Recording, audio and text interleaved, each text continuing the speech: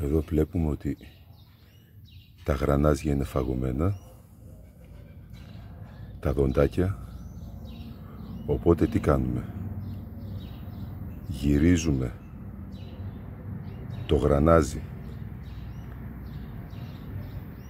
το βάζουμε σε θέση που τα γρανάζια, τα δοντάκια είναι σε καλή κατάσταση. Το γυρίζουμε τόσο ώστε τα δοντάκια να ταιριάζουν εδώ με τις ντίζες και βλέπουμε ότι τα δοντάκια είναι σε καλή κατάσταση και κάνουμε μια δοκιμή. Αν πετύχει, γλιτώνουμε την αντικατάσταση του actuator, έτσι λέγεται.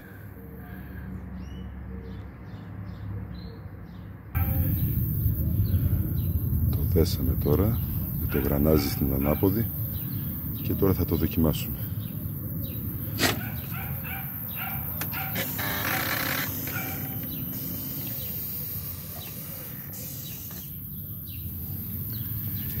Δούλεψε κανονικά και δεν άναψε και ο κωδικός. Επιτυχία είχαμε. Κόστος 0. Κόστος 15 λεπτά από το χρόνο σας.